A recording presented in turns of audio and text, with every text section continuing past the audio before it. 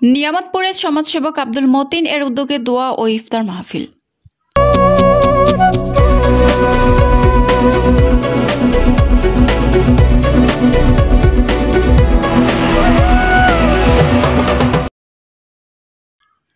আসসালামু আলাইকুম।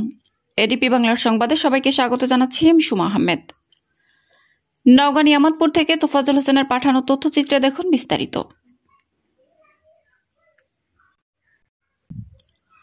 নওগাঁর নিয়ামতপুরে উপজেলা কৃষক দলের সাবেক আহ্বায়ক আব্দুল মতিন সোনারের উদ্যোগে দোয়া ও ইফতার মাহফিল অনুষ্ঠিত হয়েছে।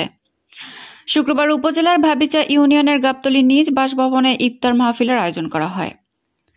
উপজেলা কৃষক দলের সাবেক আহ্বায়ক ও বিশিষ্ট ব্যবসায়ী আব্দুল মতিন সোনারের সভাপতিত্বে দোয়া মাহফিলের সাবেক দেশনেত্রী বেগম খালেদা জিয়া ও বিএনপির ভারপ্রাপ্ত চেয়ারম্যান তারেক রহমান, বিএনপির মহাসচিব মির্জা ফখরুল ইসলাম সহ রোগমুক্তি কামনায় বিশেষ দোয়া মাহফিল অনুষ্ঠিত হয়।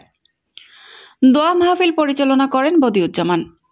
উপস্থিত ছিলেন উপজেলা স্বেচ্ছাসেবক দলের সভাপতি শহীদুল ইসলাম, উপজেলা যুব দলের যুগ্ম আহ্বায়ক জিএম কাউসার ইসলাম রতন সহ উপজেলা বিএনপি ও অঙ্গ সংগঠনের নেতাকর্মীরা।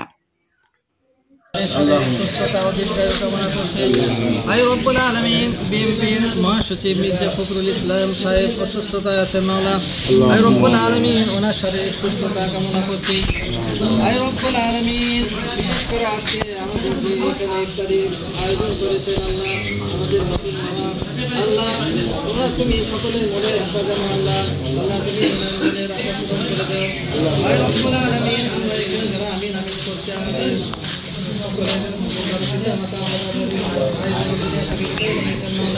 আয় রব্বুল আলামিন সকলের কবরে তুমি জান্নাতুল ফেরদাউস বানিয়ে দাও।